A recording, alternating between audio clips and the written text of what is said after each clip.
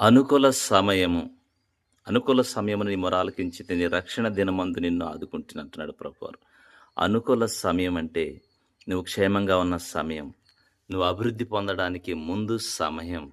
నువ్వు నష్టపోవడానికి ముందు సమయం. నువ్వు ఆరోగ్యంగా లేకపోతే అనారోగ్యంగా ఉండటానికి ముందు సమయం. నీ క్షేమ కాలంలో దేవుడు నీ మొర ఆలకిస్తాడు. నీతో మాట్లాడతాడు. నీ ప్రార్థన ఆలకిస్తాడు. దేవుని మాటలను ధిక్కరించి, సేవకుల మాటలను ధిక్కరించి, తర్వాత లేనిపోయినవి కొని తెచ్చుకున్నాక నీ ప్రార్థన దేవుడు వినాలి అంటే దానికి వాస్తవంగా ప్రాయశ్చిత్తం జరిగి తీరాలి. ప్రాయశ్చిత్తం జరిగి తీరాలి. ఆ ప్రాయశ్చిత్త కాలంలో వెళ్ళకముందే అనుకూల కాలంలో, అనుకూల సమయంలో దేవుడు నీ మొర ఆలకిస్తాడు.